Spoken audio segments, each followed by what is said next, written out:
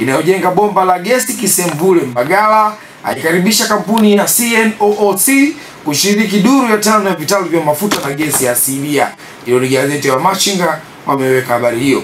Gazeti Dira ya Mtanzania wanasema serikali kujenga mtandao mkubwa wa mabomba ya gesi. Dr. Biteko asema lengo ni kurahisisha huduma kwa wananchi, afanya mazungumzo na kampuni ya Russian Energy inayojenga bomba la Kisembule. Habari picha inaonekana hapa naibu waziri mkuu na waziri wa nishati Dr. Biteko katika picha ya pamoja na mtendaji mkuu wa kampuni ya Russian Energy Farhia Warsam mara baada ya kumaliza mazungumzo kando kongamano la maonyesho ya petroli ya Jumuiya ya Afrika Mashariki lilofanyika siku 3 jijini Dar es Salaam. Hilo gazeti la Dira ya Mtanzania wakiweka habari hiyo. Mwanahabari gazeti Bora wanasema serikali kujenga mtandao mkubwa wa mabomba ya gesi. Dr. Biteko asema lengo ni kurahisisha huduma kwa wananchi, aikaribisha kampuni ya CNOOC ya China kushiriki duru ya 5 ya vitalu vya mafuta na gesi. Mwanahabari gazeti Bora wameweka habari hiyo. Ako PK gesi mambo ni pinye sasa mipango inapangwa gesi isambazwe kila eneo. Dr. Biteko kuanika fursa za wanawake inao ni Mwananchi wameweka habari hiyo.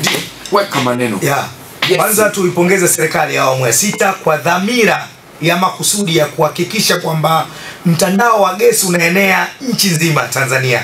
Na lengo la hii naamini kabisa ni kila mwananchi afikiwe na huduma ya gesi ili tuweze kuwa katika matumizi ya nishati safi na tuondokane na matumizi ya nishati chafu ambayo imekuwa ikileta madhara, lakini pia tukipata changamoto kutokana na matumizi haya ya nishati chafu ikiwemo mabadiliko ya tabia nchi. Kwa mimi naamini serikali imekuwa na jicho la tatu katika hili, na tumuombe Mwenyezi Mungu nia thabiti na mipango madhubuti ya serikali ikatimie. Tunaamini kuenea kwa mtandao wa gesi nchi nzima utakwenda kutoa fursa kwa hii ni kwa magesi ya kujazia ya magari na ya viwanda. Na hili bomba linajengwa kutoka Kisembule hadi Mbagala jijini Dar es Salaam kwa ajili ya vituo vya kujazia gesi kwenye magari, CNG na kwenye viwanda. Naamini hiyo ni hatua kubwa sana Ali Mohamed. Na naamini tukitoka katika hiyo basi tutaangalia pia haya matumizi ya gesi ya majumbani.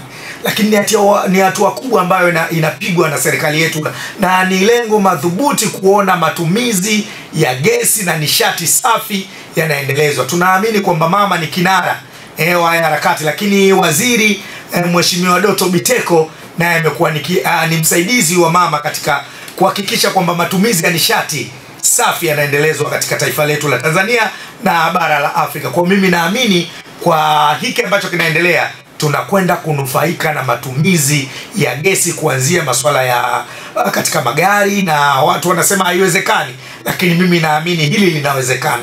Tuipongeze sana serikali kwa kuweza kuwa na nia thabiti. Nia peke yake inaonyesha ni kwamba imedhamiria kuona matumizi ya gesi yanakwenda kufanyika katika nchi yetu.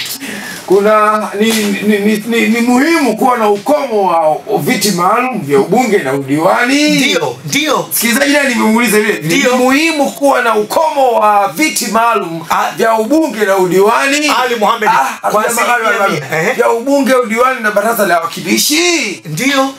Na unajua kuna changamoto, watu wakisikia viti maalum wao wanaamini viti maalum ni kwa wanawake tu.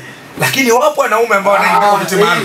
Hivi hakuna watu ambao wameteuliwa. Sawa. Hakuna mwanaume. Viti maalum ni vya wanawake tu. Sawa. Kuna mwanaume wa viti. Ali Mohamed, ni jambo la msingi sana kuwa na ukomo katika viti maalum. Narudia tena. Sawa. Kuja kusema ushadipa mawazo yako. Sawa.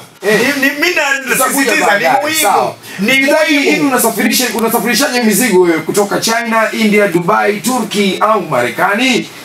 Unasafirisha mizigo iliyojaa container, yani full container, au mizigo midogo silent